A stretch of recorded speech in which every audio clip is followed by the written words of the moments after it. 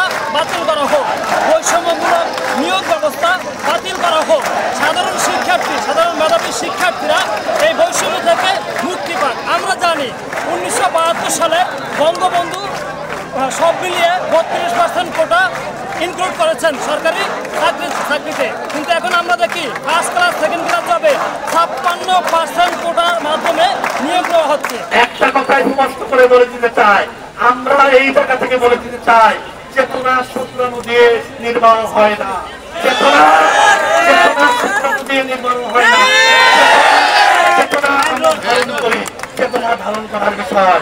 সুতরাং এই মেধাবী শিক্ষার্থীদের চেতনা নিয়ে প্রশ্ন করবেন না, তারা সংবিধানকে সঠিকভাবে বুঝেছে বলে আজকে এখানে দাঁড়িয়েছে।